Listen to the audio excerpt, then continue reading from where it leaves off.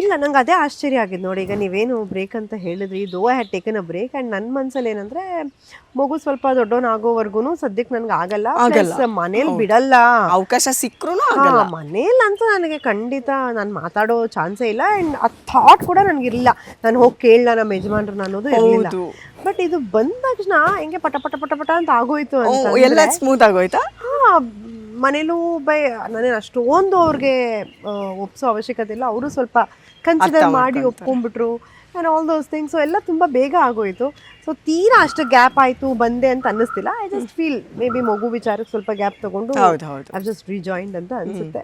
But ಆ ಗ್ಯಾಪಲ್ಲೂ ಕೂಡ ನಿಮ್ದೊಂದು ಏನು ಆ ಟೈಮ್ ಇರತ್ತಲ್ಲ, ಸುಮ್ಮನೆ ಯಾಕೆ ಒಂದು ಕಂಟಿನ್ಯೂಸ್ ಕೆಲಸ ಮಾಡೋದಕ್ಕೂ ಬ್ರೇಕ್ ತಗೊಂಡು ಕೆಲಸ ಮಾಡೋದಕ್ಕೂ ನಿಜವಾಗ್ಲೂ ಗ್ಯಾಪ್ ಇದ್ದಿರತ್ತೆ.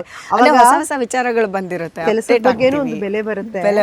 ಖಾಲಿ ಕೂತಾಗ ಹೆಂಗಿತ್ತು ಲೈಫು, ಕೆಲಸ ಮಾಡುವಾಗ ಹೇಗಿರುತ್ತೆ ಅಂತ.